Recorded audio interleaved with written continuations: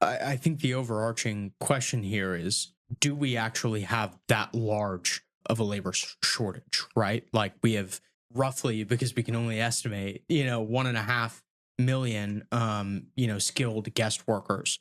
Do we actually need that? The square answer is no. You don't. And there's lots of different indicators, but the one that's the gold standard is when you have a shortage, we have a free market system.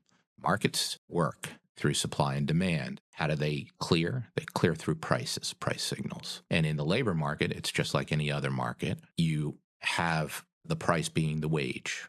If there was a real shortage of workers, in this case, the supply of U.S. workers, you'd be seeing wages going through the roof. Well, and I've done work on this, you can look at the government data.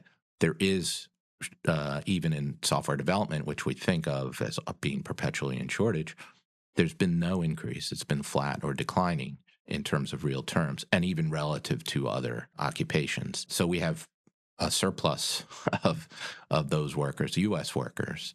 And when you hear people cry about shortages, they'll pick out, like one indicator or another to try to support themselves. They never talk about wages. Wages is where the rubber hits the road, right? If you have a shortage of gasoline, prices go up, right? Prices of the gas pump. If we had a shortage of workers, prices go up. But those price signals are also important because they then send a signal back to students and the potential people for a future pipeline in terms of supply. Do I want to go into medicine, which is a secure, high-paying job, or do I want to go into something where I don't have much job security and I'm being undercut by guest workers?